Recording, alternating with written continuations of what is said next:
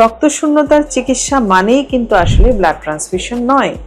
আমাদেরকে প্রাথমিকভাবে দেখতে হবে রোগীর লক্ষণ এবং তার কি কারণে রক্তশূন্যতা হয়েছে।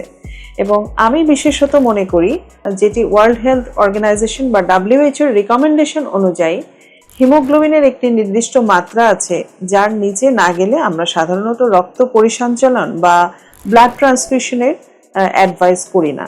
বরং আমরা চেষ্টা করি অন্য কোনো উপায়ে, ঔষধের মাধ্যমে অথবা ইনজেকশনের মাধ্যমে অথবা অন্যান্য চিকিৎসার মাধ্যমে যেভাবেই হোক রক্তকে স্বাভাবিক মাত্রায় নিয়ে আসতে। রক্ত পরিসঞ্চালনের ক্ষেত্রে রোগীর রক্ত কে দিতে পারবেন?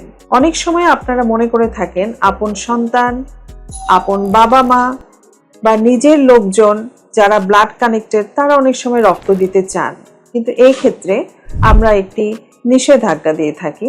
যদি রোগীর নিজের সন্তান, বাবা মা, ভাই বোন এরা রক্ত দিতে চান তাহলে আমরা তাকে না করি।